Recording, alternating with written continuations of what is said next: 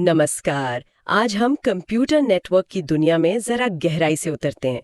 कैसे ये सब शुरू हुआ और आज हम जहाँ हैं वहां तक कैसे पहुंचे। हमारी बातचीत का आधार है स्काईनेट लिनक्स ट्रेनिंग सेंटर का एक लेख, the evolution of computer network history.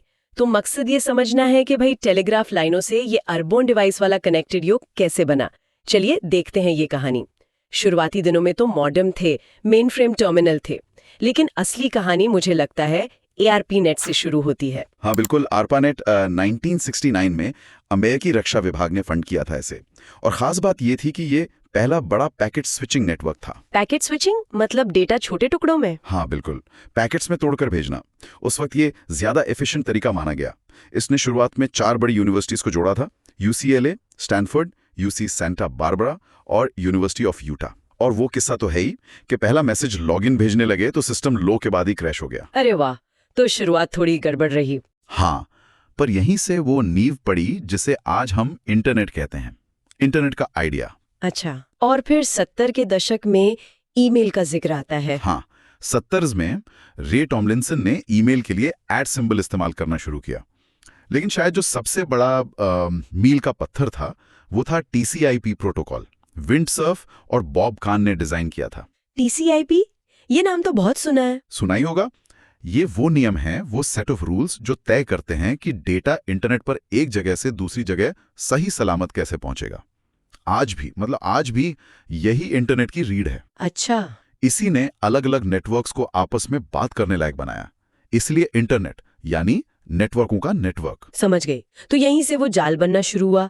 फिर 80s में क्या हुआ? लैन वगैरह? सही कहा। 80 के दशक में फोकस लोकल नेटवर्क्स पर गया। ऑफिसों में, कैंपस में कंप्यूटर्स को जोड़ने के लिए लैन यानी लोकल एरिया नेटवर्क। इसमें ईथरनेट बहुत पॉपुलर हुआ और आज तक है। हाँ, ईथरनेट तो अब भी यूज होता है। बिल्कुल, उस वक्त IBM का टोकन रिंग भी था, पर ईथरनेट जीत गया। और एक और बड़ी चीज हुई 84 में, DNS, domain name system. DNS? अच्छा, ये वेबसाइट के नाम वाला सिस्टम। हाँ वही, लंबे चौड़े IP एड्रेस की जगह google.com जैसे आसान नाम।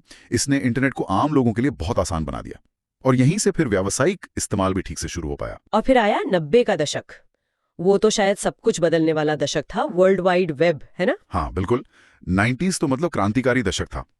टिम बर्नर्स-ली ने CERN में वर्ल्ड वाइड वेब बनाया। वेब पेज, हाइपरलिंक, URL का कॉन्सेप्ट, और सबसे अच्छी बात, उन्होंने इसे ओपन रखा। ओपन रखा मतलब किसी एक कंपनी का कब्जा नहीं, कोई भी इस्तेमाल कर सकता था, बना सकता था। इसलिए ये इतनी तेजी से फैला। अच्छा, ये बड़ी बात थी। हाँ, फिर आए ब्राउजर, मुझे एक नेटस्केप, ISPs ने डायल अप कनेक्शन देना शुरू किया। हाँ, डायल अप, वो आवाज खर P.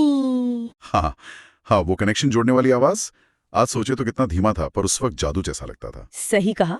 Email, FTP, IRC chat वगैरह आम हो गए। यहीं से इंटरनेट सही मायनों में लैब से निकलकर घरों तक पहुंचा। जानकारी सबके लिए खुल गई। फिर 2000 के बाद रफ्तार बढ़ी होगी। बहुत ज्यादा। 2000 के बाद आया ब्रॉडबैंड, डायल अप की जगह तेज स्पीड, मल्टीमीडिया आसान हुआ। फिर वाईफाई ने तारों से मुक्ति दिलाई, वायरलेस नेटवर्किंग आम हो गई। हाँ, वाईफाई तो अब हर जगह है। और VoIP मतलब वॉइस ओवर IP जैसे स्काइप। इंटरनेट पर फोन कॉल सस्ती और आसान हो गई। और पिछला दशक 2010, वो तो क्लाउड और सोशल मीडिया का दौर था। बिल्कुल, AWS, Azure जैसे क्लाउड प्लेटफॉर्म आ गए। कंपनियों को अपने सर्वर नहीं रखने पड़ते। सोशल मीडिया, फेसबुक, ट्विटर ने तो दुनिया ही बदल दी।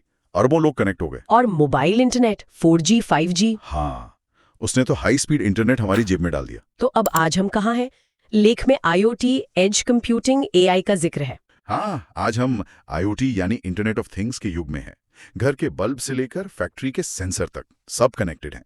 खरबों डिवाइस। खरबों। और एज कंप्यूटिंग का मतलब है डेटा को डिवाइस के पास ही प्रोसेस करना, क्लाउड तक भेजने की बजाय।